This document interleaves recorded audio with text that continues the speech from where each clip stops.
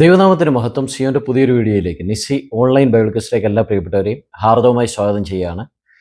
നമ്മുടെ Bible quiz എല്ലാവർക്കും അനുഗ്രഹമാകട്ടെ എന്ന് പ്രാർത്ഥിച്ചുകൊണ്ട് വേഗത്തിൽ തന്നെ നമ്മുടെ ഇന്നത്തെ ചോദ്യങ്ങളിലേക്ക് പോകാം. ഇന്നത്തെ ചോദ്യം യാക്കോബിന്റെ ലേഖനത്തിൽ നിന്നാണ്. ആദ്യത്തെ ചോദ്യം ഇതാണ്: ഉയരത്തിൽ നിന്നുള്ള ജ്ഞാനം രണ്ടാമതായി എന്താണ്? ഓപ്ഷൻ എ നിർമ്മലം, ഓപ്ഷൻ ബി സമാധാനം, ഓപ്ഷൻ സി ശാന്തത. രണ്ടാമത്തെ ചോദ്യത്തിലേക്ക് പോയാലോ? ചോദ്യം ഇതാണ്: പാട്ട് പാടേണ്ടത് ആരാണ്?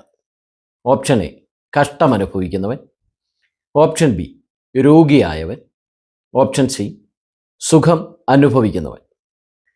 മൂന്നാമത്തെ ചോദ്യം ഇതാണ്: എന്താണ് ദുഃഖമായും വിഷാദമായും തീരേണ്ടത്?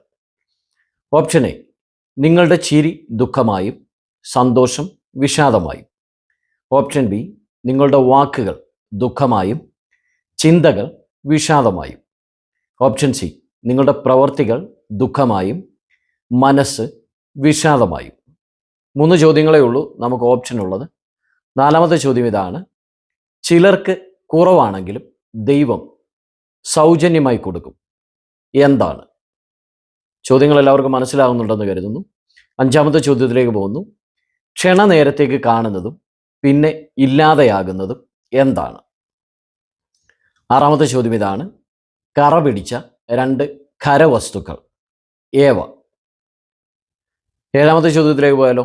ചോദ്യം ഇതാണ്: ദൈവസന്നിധിയിൽ അംഗീകാരം നേടിയതായി പറയപ്പെടുന്ന 2 വ്യത്യസ്ത വ്യക്തികൾ ആരെല്ലാമാണ്? അവരുടെ ജീവിതത്തിൽ പ്രകടമായ പ്രത്യേക അനുസരണ പ്രവൃത്തികൾ എന്തൊക്കെയാണ്? ചോദ്യം ശ്രദ്ധിച്ച് കേൾക്കണേ.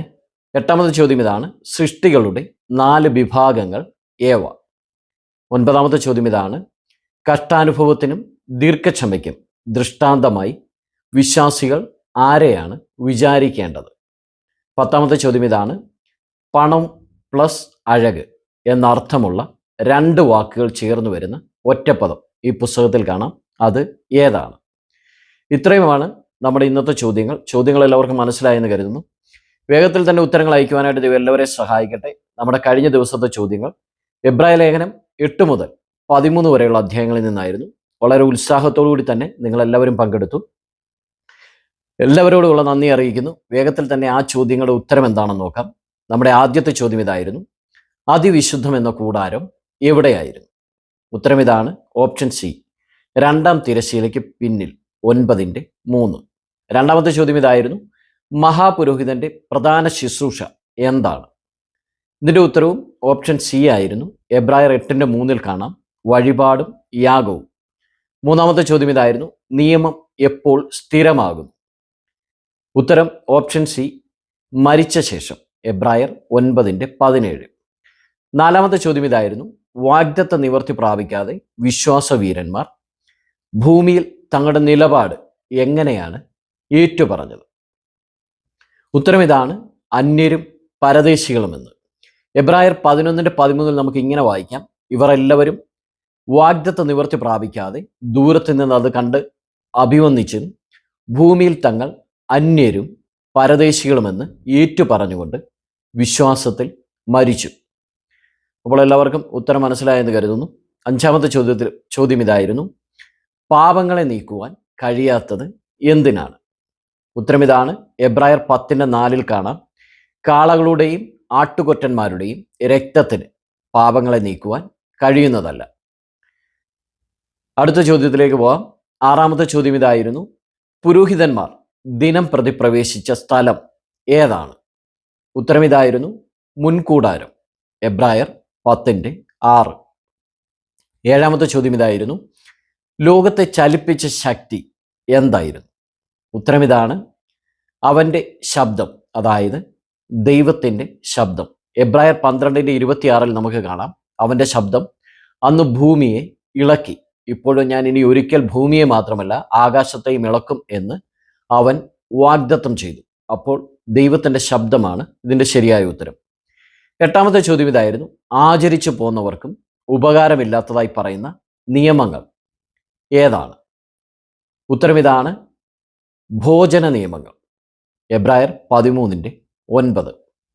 ഒൻപതാമത്തെ ചോദ്യം ഇതായിരുന്നു: എല്ലാ പ്രായക്കാരെയും ഉൾപ്പെടുത്തി സൂചിപ്പിക്കുന്ന ഒറ്റപ്പദം ഏതാണ്? ഇതിൻ്റെ ഉത്തരം വരുന്നത് ആബാലവൃദ്ധം. ബാലനും വൃദ്ധനും എല്ലാവരും ചേർന്ന് വരുന്നതാണ് ആബാലവൃദ്ധം എന്ന് പറയുന്നത്. എബ്രായർ 8:1 നമുക്ക് ഇങ്ങനെ വായിക്കാം: നാം ഈ പറയുന്നതിൻ്റെ സാരം എന്തെന്നാൽ സ്വർഗത്തിൽ മഹിമാസനത്തിൻ്റെ വലത്തുഭാഗത്തിരുന്നവനായി. 8:11 ഇങ്ങനെ വായിക്കുന്നു: ഇനി അവരിൽ ആരും തൻ്റെ കൂട്ടുകാരനെയും തൻ്റെ സഹോദരനെയും കർത്താവിനെ അറിയുക എന്ന് ഉപദേശിക്കുകയില്ല. അവർ ആബാലവൃദ്ധം എല്ലാവരും എന്നെ അറിയും. 10ാമത്തെ ചോദ്യം ഇതായിരുന്നു: മൃഗം പ്ലസ് ചാരം എന്നീ വാക്കുകൾ ചേർന്ന് രൂപപ്പെടുന്ന ഒറ്റപ്പദം ഏതാണ്?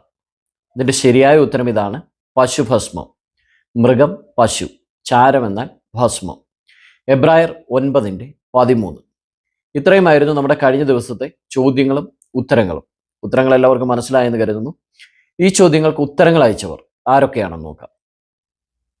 സിസ്റ്റർ ആശായെ, sister Jinsy, sister Susan James, sister Susheela Jose, sister Beena Bose, sister Rijimol, sister Annie Mathew, sister Reena Roy, sister Elizabeth Sam, sister Premkumari, sister Sally Joseph, sister Susan Philip Cherian, sister Lizzy Vincent, sister Anitha Sajith, sister Praveena Suni, sister Jalaja, sister Geethamma, sister Reni Sam, sister Jaya Vinesh, sister Nikhitha, sister Suma Prasad, sister Dolly Jai, sister Nirmala Vijay, sister Valsamma Varghese, sister Molly, sister Lithi Thomas, brother George T G, sister Sunitha Shaji, sister Jayavalli, sister Saramma David, sister Sosamma Kuriakose, sister Saramma David, brother Sasi C A, sister Binny Baby, sister Jenny Mathew,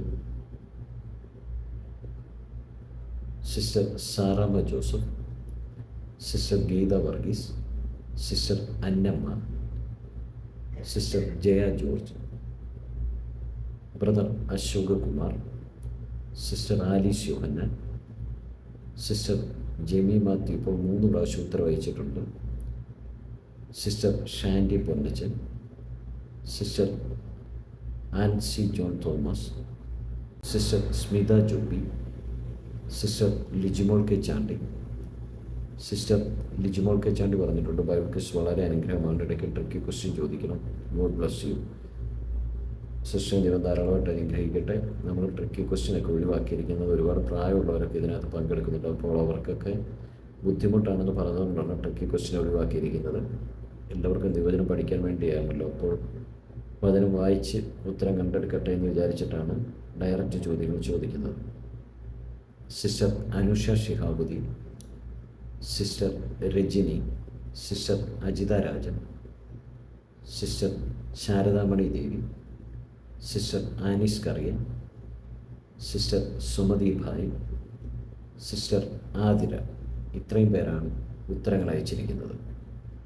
നോക്കാം. ശരി ഉത്തരം അയച്ച് വിജയികളായത് ആരൊക്കെയാണെന്ന് നോക്കാം.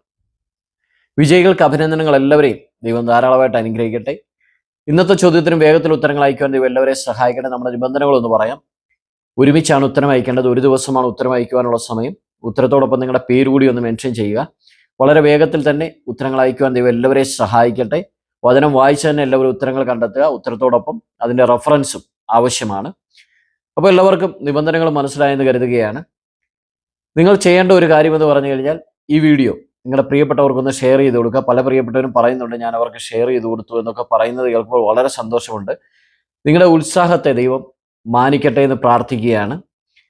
വേഗത്തിൽ തന്നെ ഇന്നത്തെ ചോദ്യങ്ങളും ഉത്തരങ്ങൾ അയക്കുവാനായിട്ട് ദൈവം എല്ലാവരെയും സഹായിക്കട്ടെ എന്ന് ഒരിക്കൽ കൂടി പ്രാർത്ഥിച്ചുകൊണ്ട് നിർത്തുന്നു. പുതിയൊരു വീഡിയോയിൽ കാണും വരെയും കർത്താവിൻ്റെ ചിറകടിയിൽ നമ്മെ മറയ്ക്കുമാറാകട്ടെ. ആമേൻ.